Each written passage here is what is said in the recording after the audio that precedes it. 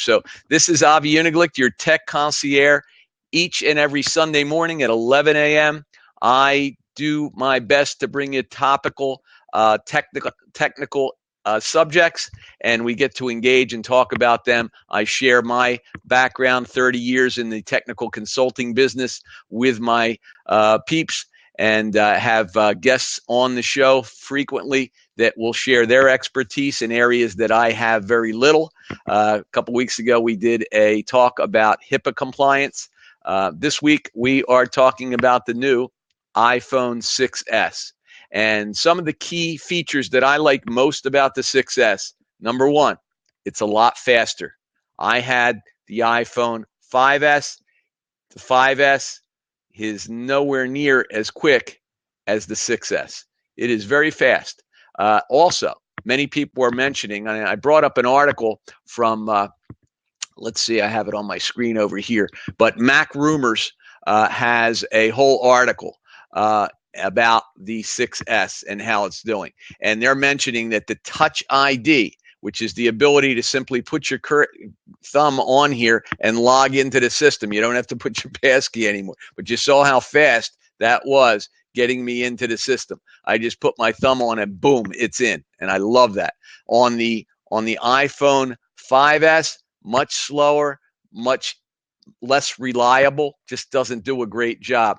But on the 6S, boom, it's so fast you don't even realize you did it. That's what some people were complaining about. Now, what are some of the other benefits? One of the neatest features of the iPhone 6S is this three-dimensional 3D capability. And what you're able to do is simply, let's go log in again. Boom, we're in. If I wanted to check my mail, I can go in and let's just take a look at an email that I would have received. But if you just tap on this and press, boom, it pops up and gives you a preview. I don't know if you saw that. When I let go, it's back to my email. So you don't have to double click to get into your mail anymore. You just simply press on the email and it opens up, boom, and then boom, you let go, it's gone. And many of your apps have that feature. You can just tap on it, see what's going on. In addition, the camera is now a 12 megapixel camera versus the 8 on the earlier phones. So it's increased 50% the clarity. I have not yet done my first periscope on this guy. However, I did see some that have, and it's working fine. Remember to do this. If you have a 6S, make sure that you upgrade to the latest version of Periscope. It was released yesterday. Many people using the 6S were not able to do what? Use their sound. They did their first scope. There was no sound. It wasn't picking it up. But with the new fix, then they came out with it. I hats off to Periscope. They came out with an update very quickly to remedy that problem. In the meantime, people that were having the issue were told to put in a headset with a microphone so that they could do their scoping until that piece was fixed. So they fixed that. It's now working, and it works great. So make sure you update. And even if you don't have a 6S, update to the latest version. It's a good idea with these new social apps, especially the live streaming apps, to keep the most current version on if you can, because that way you'll have the latest features. Speaking of that, well, I'll talk about Catch and some of the things that Periscope is doing. But today, our focus is on the 6S. So what other benefits do we have besides speed, besides the great picture capability, besides the three-dimensional touch on the iPhone? Those are worthy just of the purchase for me. I think they're great. But I also want to talk about people that may be considering the transition. They have a 6 and they say, well, I just got my 6. Do I need a 6S? Probably not. This is a 5S. I tend to get involved with 2-year contracts and I don't upgrade every year. I found that a 2-year window often gives you a better, more differentiated update between the 5S and 6S, or every 2 years upgrading. it's a great opportunity to see a number of changes. The battery starts to wear low, your charges don't last as long. And let me tell you, if you guys are live streaming, no matter what live stream you're doing, you will eat through your data plan. It doesn't matter what phone you're on, and let alone the battery. Okay, I found myself getting a battery pack, an external battery pack, so that I can recharge, midway through, either through streams or after you've done any of your live streams, you want to recharge. And especially if you're on the road, these things will eat through battery, but more so your data plan. So if you don't have an unlimited data plan and you're a live streamer, you got to get on the program, because you will eat up charges like you wouldn't believe. And in addition, there are different plans depending. You may not be doing a lot. Number one, if you can, always live stream over Wi-Fi. Okay, that's one thing. But you may be on the road and you want to watch one of your streams from, you get notified and one of your faves is on doing a scope or a blab, and you want to watch it while you're on the road. Again, eats up a lot of data. So be aware of that. So, Paul Wollens, tell me something. If you're still in the group with me, could you please tell me if you have an interest in the 6S or anything of that nature? Just let me know, and I will be happy to answer any questions you have. Today, again, we are acknowledging the 6S iPhone. I tend to order mine over an express type order when it comes out. You see people standing in line with these babies, and they're trying to get into an Apple store. At the Apple store in New York City, I'm from Philadelphia. I saw my friend Alex Kahn was in the Apple store in New York City the other day, and it was absolutely mobbed. The line was out the door, and the place was filled with interest of the phone. People stand in line to buy a phone. I'm not so sure I understand that concept, because, do you have to be the first on the block with it?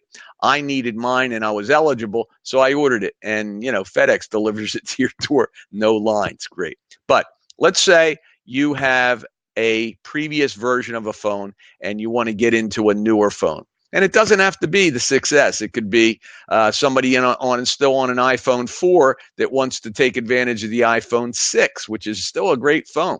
What do you do to make that transition? Depending on your carrier, some carriers have software. I know AT&T has a package. Robert Blackman, welcome to my blab, and I appreciate you joining me today. If you have an interest in the iPhone 6S, that's what we're talking about today. If you received one, I'd love for you to jump in the open seat, and we can talk about it. If you have any questions at all, please let me know. My name's avi Uniglicht. I'm your tech concierge, and at aSKaVIE, you'll find me on Twitter and on Periscope. I like to talk tech, and when I do that, I try to find a trending topic that might be of interest to people beyond the geeky talk. I try to bring it down to a level where everybody understands it, including myself. So what we're talking about today is the iPhone 6S. Now, if you're transitioning from an older phone to a new one, and it's an iPhone, obviously, you're an Android guy, but like to know more about that miracle device. Okay. Android has always been a step ahead in the technical side of things. I grant you, the Android is a great platform. The challenge I've always had with Android is it's an open architecture.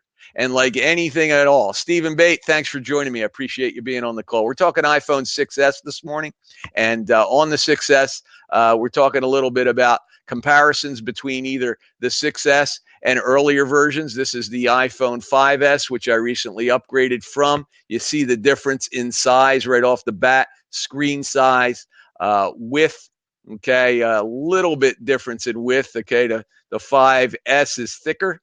The 6S is actually a heavier phone than the 5S in terms of weight, and that's because of the 3D. They had to enhance it for the touch screen that now can tell the difference between a tap and a press and a hold and all that neat stuff, because you could do some really cool stuff. I demonstrated a little earlier how that works, and I'll show you again for you new guys that just jumped on board. But we were talking about transitioning. I'm also talking about Android to iPhone. So on the Android side, open architecture. Why does the open architecture present challenges for a lot of people? It's similar to Microsoft, okay? Microsoft compared to Apple.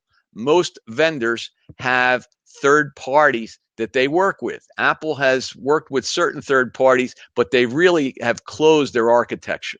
And that's been a blessing and a curse. Okay. The blessing is they can control the whole environment. They can control the hardware. They can control the software. They can manage all that, make sure it works flawlessly before they release things, or as close as possible. Nothing works perfectly. We know that. But when you're dealing with a architecture on a phone, Kevin Cal, thanks for jumping on the call. Hey, you're a DJ who plays anything that you wanted. Cool. How about if you jump in with me? Appreciate it. You're in the seat. Anybody else?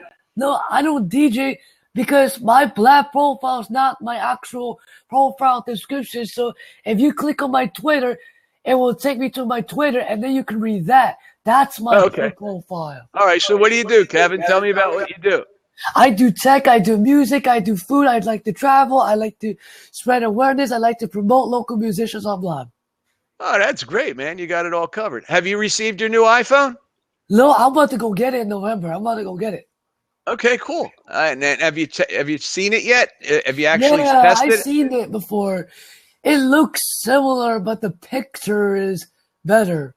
Yeah, that's right. The camera's a 12 megapixel camera compared to the 8 in the past and earlier.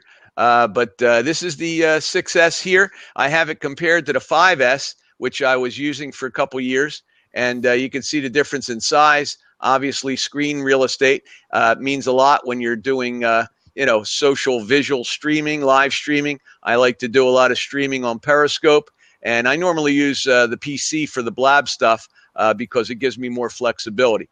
But it's a really, really nice phone. Of the things you've seen, Kevin, what feature do you like most besides the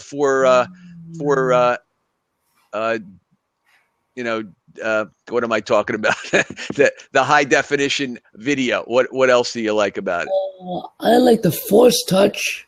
Yeah, exactly. That's a real key feature. I wanted to demo that for you. The first thing I do is when I log in, boom, it takes me right into the phone. And here I'm in an email, for example. And on the email, you can just tap on it, and then boom, it opens up without a double click. I know you can't see that real well because of the lighting here, but when you let go, boom, you're back into your email list. So you can just tap on an email and it gives you a preview of it. Many of the apps are like that. Okay, it's very, very cool. Many of the apps are like that. If you just hold it, you'll get a preview, and then boom, takes you right back down. So you can see. Yeah, it's very interesting, but are you doing this for first? It says first 48 hours with the iPhone 6S. That's right. I've had it for about 48 hours. I got mine on Friday, and today's Sunday. So it came in Friday afternoon. I activated it, and it was a breeze to set up. And I wanted to talk a little bit about that too. Did you have questions about what my experience was with the 48 hours? Like, is it the same setup when you set up the new phone? Because my company is T-Mobile. Okay, yeah, it doesn't matter whether you're with any of the majors. The phone is the phone. Apple controls the phone. Depending on what features you have, again, there are utilities that will help you. But whether you use iCloud for your backup, do you use iCloud for your backup? I use both. I use iCloud for my documents, and I use my computer to back up my other stuff. Okay, great. So what you would always want to do is before you get your new phone, back up the old phone to your computer and make sure that you have the latest up in the cloud. Once you do that and you set up your phone, you can connect it to Wi-Fi right away. And then what you do is you enter your iCloud account. So make sure that all your stuff comes down from iCloud, and that will do that once you enter that. And then you can link it up, or if you do it the other way, the first option is to restore your phone. It'll ask you, do you want to restore the phone from a backup? And yes, boom, you plug it in, get all your stuff off the computer first, and then you could activate the iCloud. It depends. If you're iCloud only for backup, then you would go in and restore it from the iCloud. If you're Yeah. a mix, I'm a mix as well. I keep contacts calendar in iCloud, and I synchronize with that. But for backup, now I wanted to have a fresh install. After a couple of years on an old phone, you start to accumulate junk. Okay, you'll get a Yeah. lot of I did pictures. a recent restore like last week, so it's like Yeah. fresh new. Okay, well, that's good. But if you have something like I do with thousands of pictures on an old phone, what you Yeah. want to do is look at those and say, do I want all these pictures on my new phone? Or some of them I want, some I don't. So what I do is I don't, in this particular case, in other phones, I have done a full restore. But in this case, I started everything from scratch. And it takes a lot longer, I can tell you that. But if you do it, you can manually choose what you want, what apps you want on here. You don't bring all the apps over. You can just pick the apps you like. You can make sure that you're choosing the right music that you want, and you could do all that manually. Now, I create a playlist in iTunes, and I select a specific playlist and bring it over rather than your entire music library, which won't fit. Now, I got to tell you, I was a little bit overboard on this phone. I went for the full bloat 128 gig of storage because I knew several things were going to happen. One, with all the live streaming I'm doing, I wanted to have plenty of room to be able to store those live streams on the camera roll. And if you don't do that, you really have only one other choice right now, or a couple choices, but one choice was I just got back from the Periscope Summit in New York. And who was there? A company that sponsored us, which I'm really, really cool on. And the company's called SanDisk, SANDISK. Yeah, SanDisk. I know. Because Okay. SanDisk made the flash drives that I That's used to right. have, I don't have them anymore Yeah. because most of my stuff now is on Google. So Yeah. whenever I do work on the docs, it saves on my Google Drive on my account. So I don't need an additional drive. I Okay. can Well, just let me tell you about this. With SanDisk, they came out with devices for both the Android and the iOS devices, okay. iPad and iPhone, where you can plug in or wirelessly store photos and music and video on their device.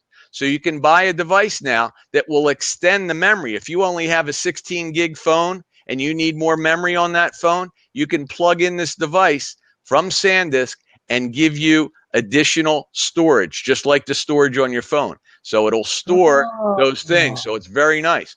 In addition, if you get the wireless version, you can share that music and photos and videos with up to 2 other people. So 3 people can share that. If you're on a family plan and you need to store and have more storage, you could do that. They sell it in 3 different flavors right now, 16, 64, and 128 gig.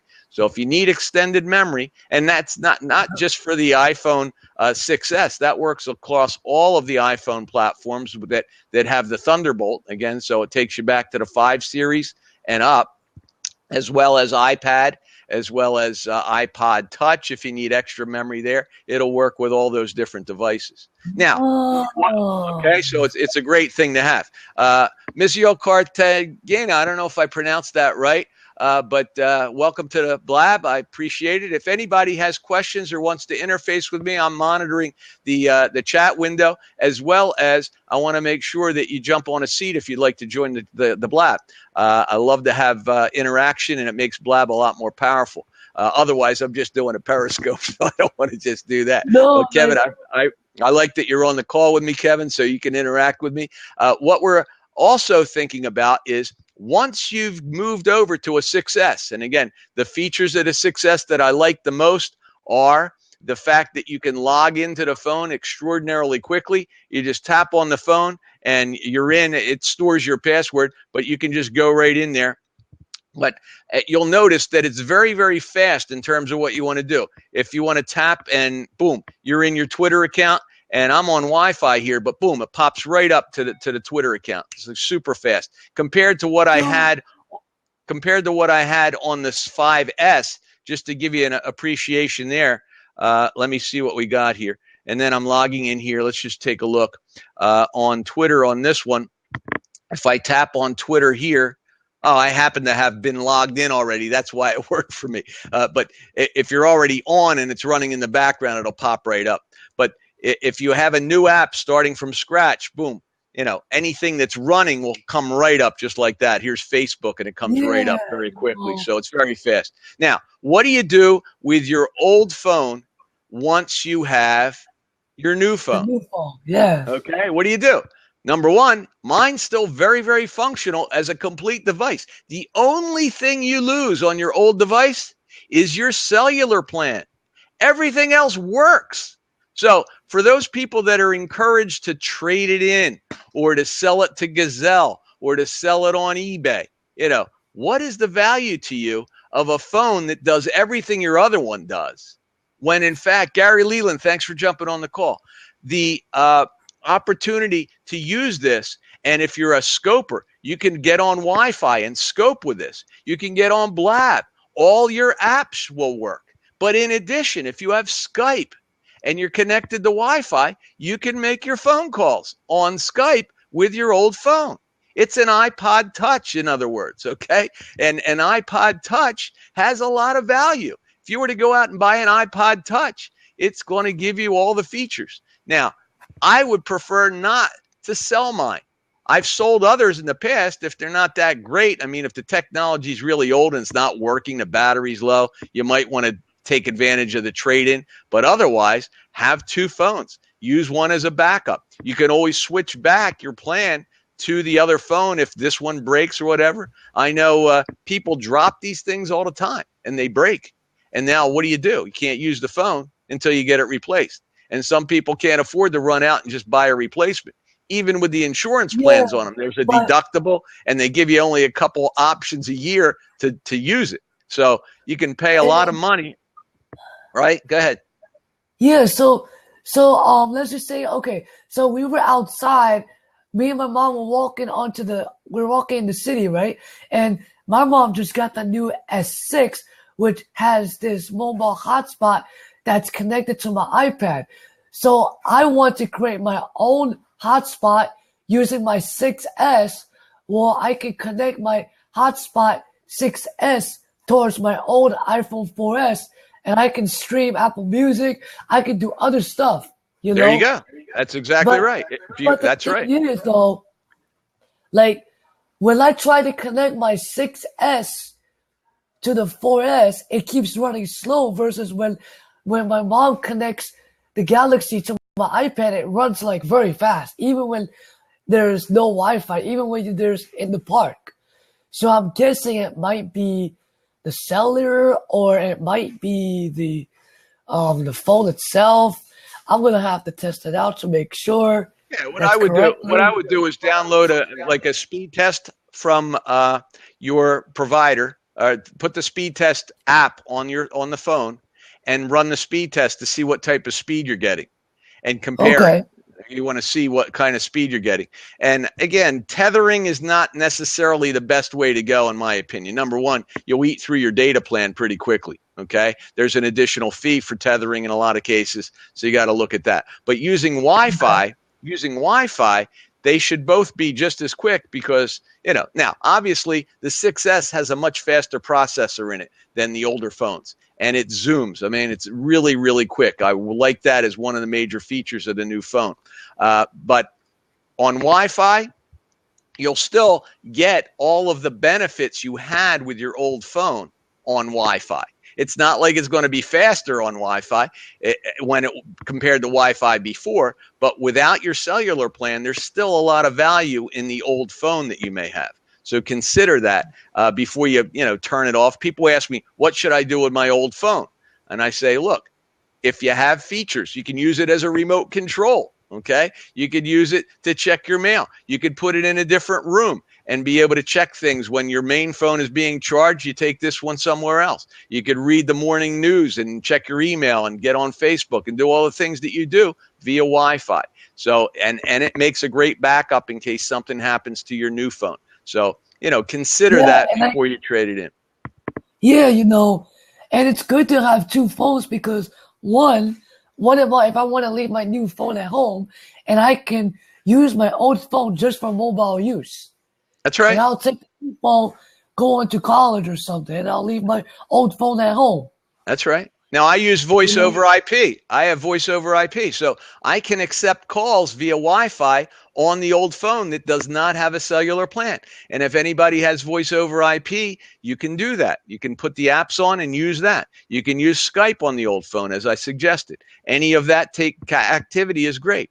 Messaging, you could use the Apple messaging. Okay, so you don't even need SMS with a phone number. You can still use, messaging. So all those features work. So it's great.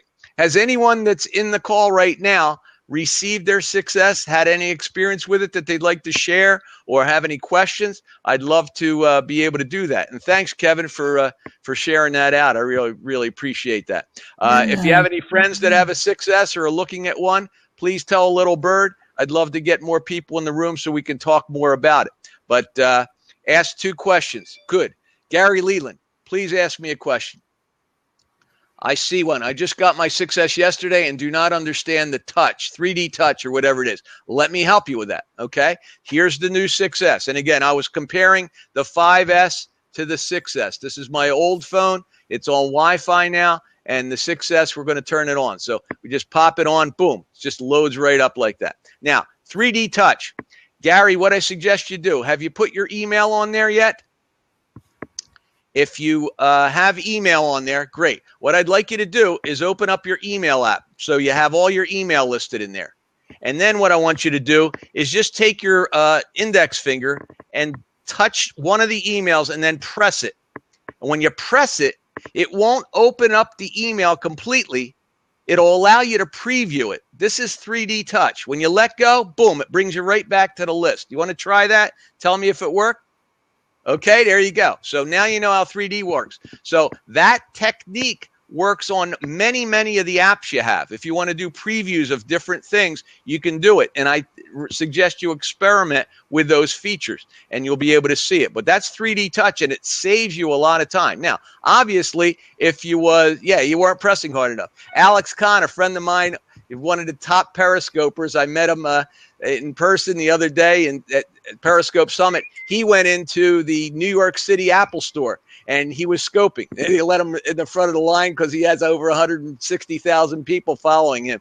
And as a top scoper, he was scoping the whole event, and it was dynamite. But Gary, he did the same thing. He picked up the phone. And he said, "Hey, this touch, it doesn't like me. What's wrong with it? What is this 3D touch?" So he had to press harder. A lot of people are scared to press hard because they think they're going to go right through the screen. Again, I don't suggest you press hard with a hammer. You don't want to do that. But if don't do that. Yeah, I was Summit, by the way. But if you press with a finger, boom, you do that. The Periscope Summit was dynamite. I'm going to have another blab about that. I don't want to go off topic with that, but certainly if you'd like to follow me at aSKaVIE on Periscope as well as Twitter, I'd love to share my experiences with you. We're going to be talking about that.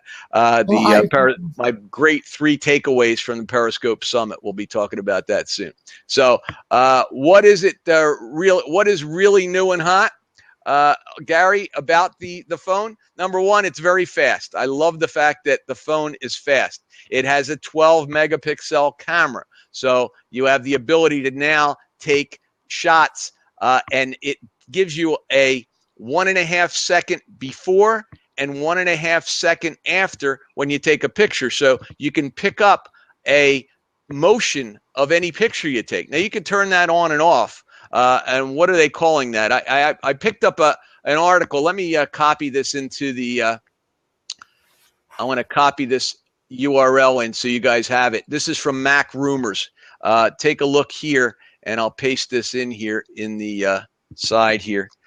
This particular link will take you to Mac Rumors, where they talk about what they feel in addition. The Touch ID is very fast. It gives you the ability to log in very quickly to your phone when you record your finger so that you can log in. So that's a neat feature, as well as some of the capabilities. It's called Live Photos. The Live Photos gives you the ability to take these pictures. So those features are very good. So, considering, look, it's a phone. Okay, phones are great. we rely much more now on mobile devices than we ever have. Now with live streaming and with the ability to go anywhere and have access to Wi-Fi and fast data plans and unlimited data plans, we're using these more so than we used to use them, and it's certainly as much or more than we use our PCs. So that's it. The hotspot. Well, the hotspot's always been on the phone, okay? So the hotspot is, depending on your plan, could be an extra charge. So it depends on who your provider is. I would check with them to see.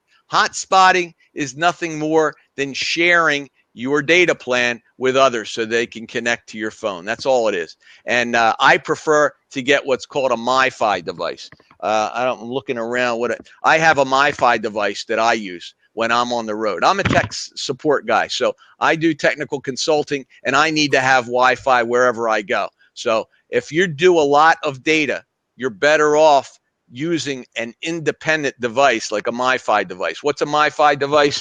What did I do with my bag? I just don't even have it here. But a MiFi device is nothing more than a little square box that you can subscribe to. You can either buy them or lease them through your provider, and they give you up to 8 people can connect simultaneously. You could take it in your car. If you have a family that wants Wi-Fi while you're driving down the road, you turn this bugger in, plug it into your cigarette lighter, or they don't have cigarette lighters. What am I talking about? You plug it into your USB device to charge it while you're riding down the road, and you are able to give everybody in the car, if it's not built in, Wi-Fi wherever you go. So what is it called? A MiFi? MiFi, yes. It stands for Mobile Fidelity, okay? MiFi, a MiFi device. They come in a couple flavors. One, independent products that basically sit independently. You could turn them on and put them in a room. I take mine wherever I go because I don't trust public Wi-Fi. I prefer to use my own Wi-Fi device. And I take it with me. I'll turn it on and I'll, connect my laptop to it, your phone, whatever. It depends. And you may want to get it with a different provider, okay? Because if you get it with a different provider, you can have, a different data plan and different pricing structure. It may give you a different angle and better coverage some places. If you have AT&T, for example, in one place, you might want to look at a T-Mobile device for MiFi. MiFi devices also can be plugged directly into a PC, okay, so that you can get mobile Wi-Fi on the road. Mobile Wi-Fi basically is using a cellular signal to enable Wi-Fi capacity. So you get an SSID. Each one has an individual SSID and an encryption key, so that people that connect, you can't, you take it on take it to a public place. You don't want everybody jumping on your MiFi device. So it has an encryption key just like your router at home would, and you want to make sure you're using that. You can change those things, but it's best, they have a little label and they tell you what those SSID and and then it gets memorized on your device. So once you turn it on, you connect to it. So that works very well. Novotel Wireless, that's the company that makes the Wi-Fi? Novotel is one, okay? Sierra Wireless makes them. There's a number of different companies that make these devices, but it's the device that they make. They don't make the solution. You basically get a carrier to provide it. You'll pay anywhere from $20 to $50 a month for a plan, or more, depending on what your plan is and who your provider is. So it's neat. I always felt that wireless companies should provide some type of temporary solution. Let's say you're taking a trip and you want to be able to take one of these with you, but you don't want to keep it on all the time. You don't want to sign a 2-year contract. You just want to use it for 2 weeks. You should be able to go to your provider, get one of these, pay 2 weeks worth of service for so many megabits of service, and be able to return it when you're done. I think that would be a great option. Yeah, probably there's some third-party companies offering that. I don't really, do a whole lot of research in that area, but I do find it advantageous to have these things. So what MiFi did you have? I've been tied to Verizon for a long time. At the time, Verizon had some great LTE. I'm a big supporter now of T-Mobile. T-Mobile is a supporter of the Periscope Summit community. and as well as Periscope in general. They're using Periscope a lot. And the CEO of T-Mobile is very, very progressive. He's using techniques to get out to the world and let them know. And he really understands the consumer's point of view, much more so than a number of the other companies. So they have a great rollout of 4G LTE. When you can get it, it's very strong. And they're also using that layer 12 now, where they can get inside buildings more so than the other carriers. So if you're in an area where they have that, it's really, really strong. And the new iPhone 6s has the ability to tap into that very, very nicely. So I see that as great. And they're rolling out, they're getting bigger and bigger. Plus, they're the only company that offers a true unlimited data plan. So that's something to consider too.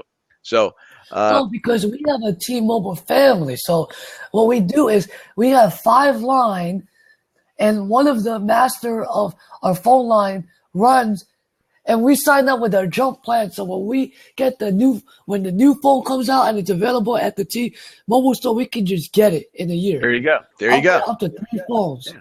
They have that's right, Kevin. They have a very progressive approach. They came out with plans, and they also did one thing that was very, really cool. They announced a couple weeks ago that they offer a guarantee. A lot of people are reluctant to jump carriers. They don't want to move from AT&T or Verizon, the top quote tier carriers that have been around for years. They feel like they have great coverage, and oftentimes they do, but they're not willing to try a company like T-Mobile simply because they're scared of what they're going to get, and they don't want to jump ship and get tied into some type of contract. What T-Mobile's doing is they're giving you a warranty that says if you don't like their service, they'll buy you back out of it and move you back to the carrier of your choice. They don't care. So what more could you ask for? If somebody says, hey, just try me, wouldn't you love it if you had a restaurant do that for you? Is that, you have your regular restaurant, you come to my restaurant. If you don't like the food, you eat it, I will give you all your money back and I'll buy you a dinner at your favorite restaurant.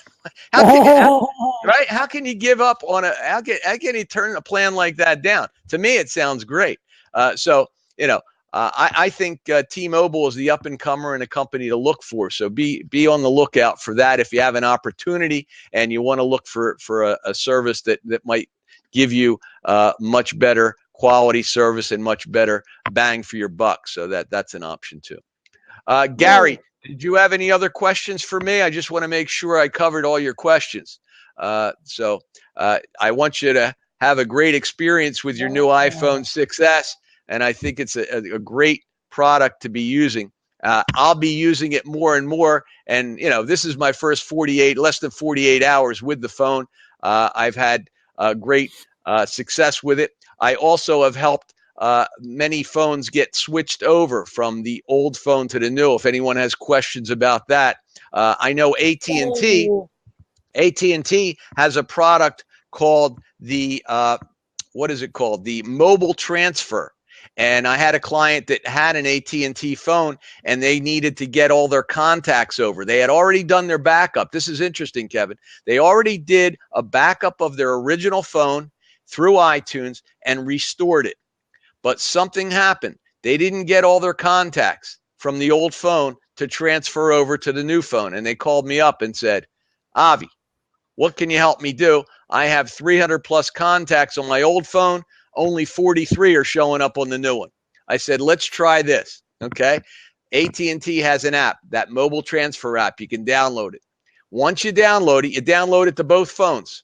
Okay. The old one and the new one.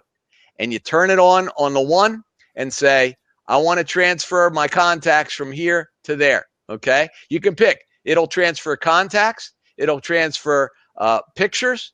It'll transfer your music. Okay, it'll move it all over, and you can pick which ones you want to move. So you select, and he just needed to move his contacts, and it does it through the Wi-Fi channel. So you install it on one is the source, the other's the target. You scan a little code to get it to identify that that's the phone you want to use. It uses its own built-in Q scanner. Okay, so it scans the QR code, that gets generated on the phone, and boom, within seconds, all of his contacts moved over. It was a great utility, and I really impressed him by recommending it to him, but also he loved it. He said, oh my God. And this was on his wife's phone. They got 2 phones yesterday. One phone worked seamlessly on the transfer. The only thing I needed to help him with was a little tweaking on his email account. And a lot of people have challenges setting up email. I might as well talk about that. Sometimes you'll use an email account that does not support what's called IMAP. The iPhone by default uses IMAP as its default setting. What is IMAP when you're dealing with email? IMAP stores all of the messages on the server so that you can have multiple devices. And IMAP within the mobile world is the preferred technique. That's what Google uses. That's what, Hotmail, all of the services tend to use an IMAP strategy because people want to be able to send mail from one device and see that sent mail on another device. If you send it from here, all of mail is consistent across the platforms. If you use Outlook or another mail client on your machine, you want to be able to see the mail that you send from your mobile device. So IMAP routinely is the default. But if you use a service, say, like Comcast, who does not necessarily support IMAP, then you get stuck and you try to load the account on your phone and it will not authenticate. It just won't work properly. So you need to tweak that and you need to walk through it. And when you set up, after you put your name, your email address, and your password, the very next screen that comes up gives you a choice. You'll see it defaults to IMAP. You have to tap POP, P-O-P, because POP is Post Office Protocol. What that does is, while it's not as favorable as IMAP, when the mail comes down, it comes down to your device. Now you can also, and the default setting on a mobile device is it'll read it. You can send mail from it. The mail you read will show up on another device. It'll download to that, but the mail you send will not show up as sent mail on the other device. So you need to make those tweaks to get it to work. And a lot of people are not aware of that and they struggle with the mail. So if you ever have any questions, you can tweet me at aSKaVIE.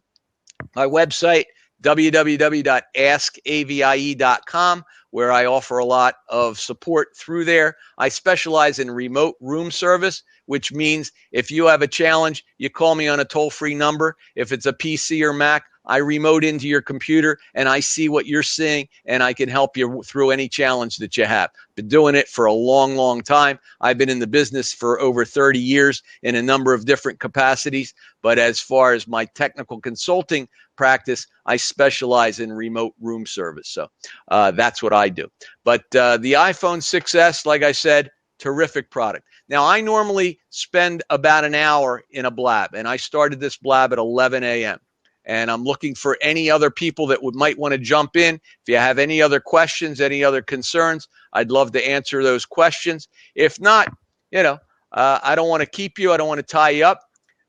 The Pope is in town. I'm from the Philadelphia area. Things have been tremendous in this area. A lot of people are out in Philadelphia. They expect over 1 million people to experience the Pope today. And roads are shut down. They have highways blocked just for security. And one of the major bridges into town is shut down. It's just unbelievable. Ben Franklin. Yeah, to Ben Franklin. You're familiar. Yeah. That's right. So I know where that is. Do you, Kevin? Where are you from? Because the Pope was here yesterday. Yeah, that's right. I'm from New York. Oh, okay. Yeah, I was just in New York, like I said, this past week. I got back late Thursday night. At the party? What's that? Were you at the party last Monday? Were you at the party last week? I was at the party on Tuesday night, and I was at the party on Thursday night. Amanda Oleander. Oh, did you know? That was cool. Amanda Oleander walked in. By the way, if anybody has an iPhone 6S or a 6S Plus, or the larger Samsung Tab, those devices now have a product that can hold. She had one in each hand, and then she had this. I have a picture on my Twitter feed. You can take a look at it. But you'll see she had hands coming out of her back. They were like 12 hands. She looked like an octopus. Came in walking, and each one had a mobile phone on it. It was really an experience. And this new device, I'll put the link in my Twitter feed so you guys can check it out. But you can buy these things. They are, if you do a lot of live streaming, what it does is it's a case for the phone. And they haven't come out with the iPhone 6S case yet. This is just for the Plus, the bigger one.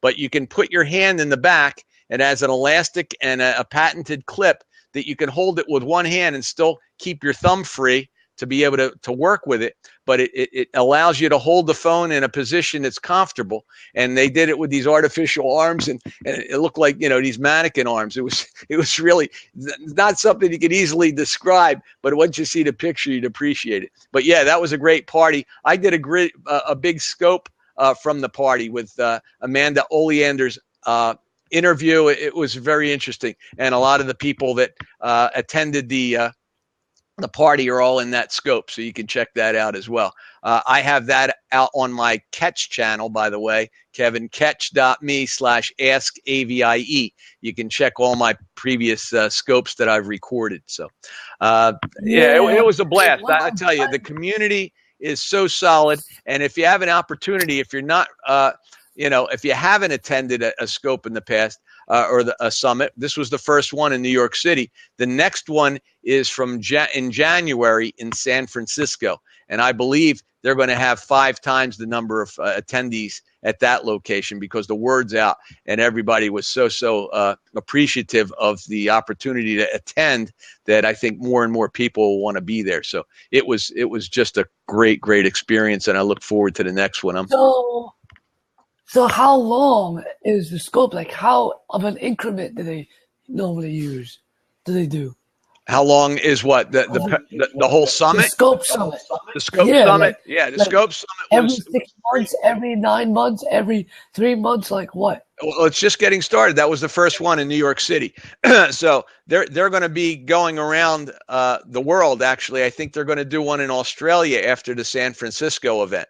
And then they may do one in Europe too. I'm not sure. That they're just in the planning stages, because they're getting a lot of brand recognition. SanDisk was there, T-Mobile was there. People were getting behind the community to be able to support it and to be able to fund it. This was all done by just users of Periscope that have bonded together and created this. So it's a very neat thing, but it's not a. Maybe we should do a Blab Summit or something, so that will more brands together. Well, that's interesting, Kevin, that you say that. But Periscope is a unique element in live streaming. There's a lot of great community behind it. Blab's in its beta. It's another facet of live streaming, but it's not the same as Periscope. Blab gives us the ability to interact in this type of setting, but it's not as ad hoc. It's not as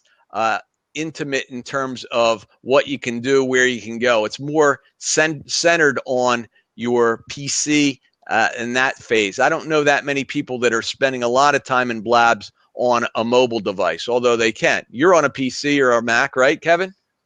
Yes, I am. I'm on a PC. Oh, you are on a PC. Okay, great. So most people I found that do Blabs, they're longer, and they use a PC with a webcam, okay? And versus doing scoping, all scoping is done through a mobile device. So it's much more ad hoc. People pick up their phone, boom, they want to stream, they see something interesting, they want to get the word out, and they can do it wherever they are. You're more tethered to a webinar type environment with this. Now this, you can get more people involved, so it's interesting. There are guys that are doing, and I've done this stuff too, with the dual screen. Alex Pettit does dual screen in Periscope. So you can have a Skype caller on one screen, and you could have your regular, you're on another, and you use a product called OBS that allows you to do that. So you can actually have more than one party in a Periscope live, no matter where the other person is, and you can interview them. So that's a tweak. And again, when you do that, you have to be on a PC anyway. So I like Blab for more than one person. But with widescreen, now that you have widescreen in Periscope, you have the ability to do that. I am certainly getting off topic. B. Schwartz, how are you? I appreciate that you're on the call. If you have any questions about the new 6S, I'm wrapping up. It's 11:54. I normally spend an hour. I have put this one on the record, and I certainly will have this for playback so you can check out the topics that we talked about. But again, my first 48-hour experience with the iPhone 6S, I'm appreciative of, number one, the speed, the ability for it to be much faster than my iPhone 5S was, as well as higher resolution camera, the ability to use 3D touch, which gives you the opportunity to tap on, say, an email and do a preview on it without having to open it up. Very, very effective. It works with many, many of the apps that are on the phone. You can tap on it, press a little harder, and get a preview of email and other apps. So that's a function. The ability to take multiple pictures. And the other thing is the speed in which you can use thumb finger recognition for security to be able to get in. Some people have said, I can't believe I even have security on the phone because it recognizes it. You can also say things like, hey, Siri, what time is it? And you notice my phone just woke up and it came right up this way. So I'm talking to the phone and it recognized that I was talking to it. So it's a very thing. And it's hearing everything I'm saying. As you see, Siri is reading every word I'm saying. Let's see what it does. Okay, so it's showing me the time. It knows what I want to do. So that's a cool feature too. So if you haven't used Hey Siri and trained it, that's another great feature. But it does the job. Now, if I want to unlock the phone, right now it's locked. I just put my finger over it. Boom, that fast, it gets me right in. It's so much faster than I had the ability to do on the iPhone 5S. So another neat feature to have.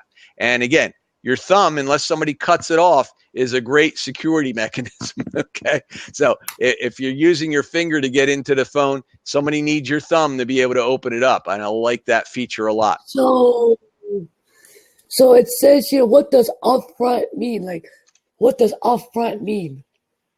I'm sorry. Upfront from T-Mobile, it says. Oh, that I couldn't tell you. You'd have to look deeper into that. That's a T-Mobile question. Oh. Yeah, that's a T-Mobile question. FA, you just jumped on the call. I started the call at 11. I'm just ready to close it. I feel bad. If you want to jump in the seat, I'd more than love to have you on the call. I don't know if you have a question or any concerns about the new 6S. I've been talking about the iPhone 6S and my first 48-hour experience with it. I think it's a great device. If you're looking and interested in possibly upgrading, I had a 5S. I moved to the 6S, had this one for 2 years. I really appreciate the quality and the features that are in the 6S. I've never used the 6S Plus or the 6 Plus. It's a little bit bigger than I like to carry around with me, but some people do like that. If I'm going to a Plus, I'd rather have an iPad mini personally.